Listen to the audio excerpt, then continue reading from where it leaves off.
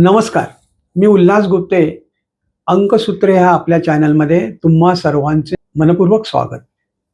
या चॅनलमध्ये आपण संख्याशास्त्र म्हणजेच न्यूमरॉलॉजी विषयी गप्पा मारतो.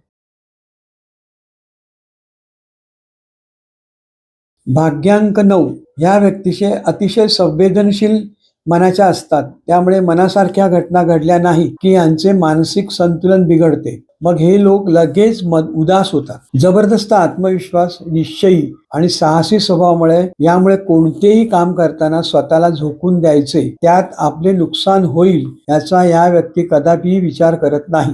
प्रत्येक बाबतीत अगदी लहान लहान गोष्टीसाठी संघर्ष करण्याची यांची तयारी असते. हा संघर्ष अगदी टोकापर्यंत यश मिळेपर्यंत चालू ठेवतात. समाजकार्यात, राजकारणात वा नोकरी उद्योगधंद्यात या व्यक्तींचे स्वतःचे वर्चस्व स्थापन करतात. इतकेच नव्हे तर इतरांनी आपल्या मनाप्रमाणे वागावे अशी त्यांची आग्रही इच्छा असते. एक मात्र नक्की की या व्यक्ती कठीण प्रसंगाला न भीता सामोऱ्या जातात. त्यामुळे यांच्या धीटपणाचा उपयोग पोलीस, वैमानिक, मिलिटरीत जास्त उत्तम होऊ शकतो.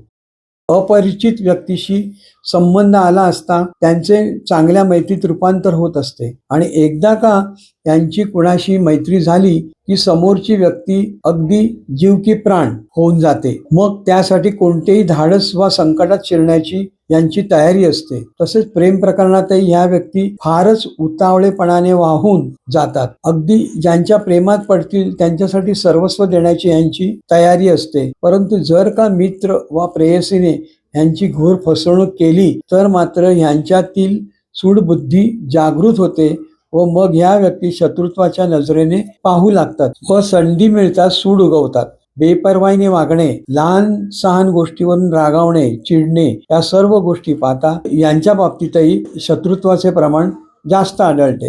याचे मुख्य कारण सरळ साधेपणाने वागून यांना कधीच काही मिळत नाही. उलट जबरदस्त संघर्ष करून त्यांना उत्तम यश लाभते व त्या यशाचा इतर मित्रमंडळीकडून सन्मान होतो. कौटुंबिक जीवनात वादविवाद चालू असताना आपल्याला आपल्या कुटुंबातील लोकांनी वचकून राहावे ही यांची मनोमन इच्छा असते. आर्थिक बाबतीत यांची उत्तम प्रगती होते. विशेषतः जमीन, स्थावर, इस्टेट, राहण्याची जागा याबाबतच्या व्यवहारात उत्तम फायदा होतो. ठाम निर्णय, निर्भय वागण्यामुळे समोरील व्यक्ती यांच्याशी व्यवहार करताना फार विचारपूर्वक वागते. सहसा लबाडी, फसवणूक करण्याच्या भानगडीत पडत नाही. 9 भाग्यांक असलेल्यांनी आपल्या रागावर नियंत्रण ठेवण्याची मात्र सवय करावी. मानसिक अस्थिरता, कौटुंबिक तणाव व उद्योगधंद्यातील वरिष्ठांशी मतभेद यामुळे क्रोधपूर्ण वागणुकीतून जे निर्माण होईल ते फार टिकणार नाही. त्यामुळे आपण जी इतरांना वागणूक द्याल ती त्रासदायक असता कामा नये. तसेच फार साहसी वृत्तीने वागू नये, त्वरित निर्णय घेऊ नये. त्यामुळे स्वतःचे अधिकाधिक नुकसान होण्याचा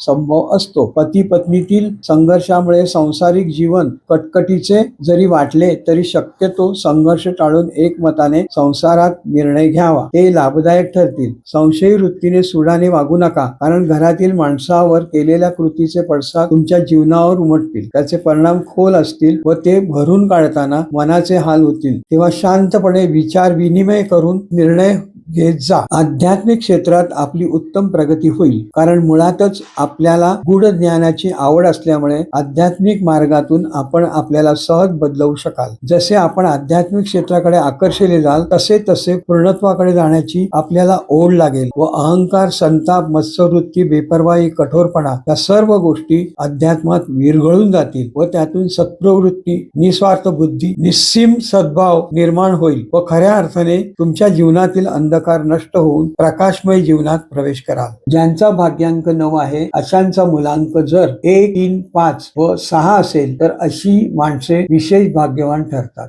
यापुढे आपणही न्यूमरॉलॉजीशी संबंधित वेगवेगळ्या विषयावर बोलणार आहोत. त्यामुळे अंकसूत्र या चॅनलला सबस्क्राईब करा, शेअर करा आणि बेल आयकॉनवर क्लिक करा. म्हणजे आमचा पुढचा व्हिडिओ पब्लिश झाला की तुम्हाला लगेचच त्याचं नोटिफिकेशन मिळेल. तर पुन्हा भेटूया पुढच्या आठवड्यात एका नव्या विषयासह. नमस्कार.